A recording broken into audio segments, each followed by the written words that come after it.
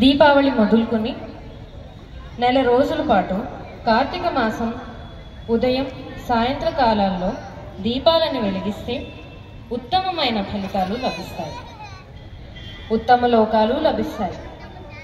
పురాణాలు సంధ్యాదీపాన్ని ఆకాశ దీపాలుగా పేర్కొని మాసమంతా తళతళలాడుతూ ఉండాలని ఘోషిస్తున్నాయి. కార్తీక శుద్ధ సప్తమి శాఖా సప్తమి అంటారు.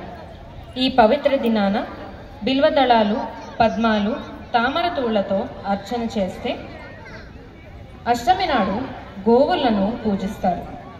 భూమండలం ఓ గోవు లాంటిది. దానిని ఎంత రక్షించుకుంటే అంత సంపద కలుగుతుందని భావిస్తారు.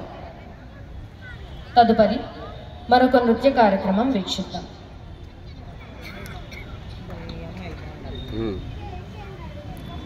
ప్రతి ప్రోగ్రాం బాగుంది.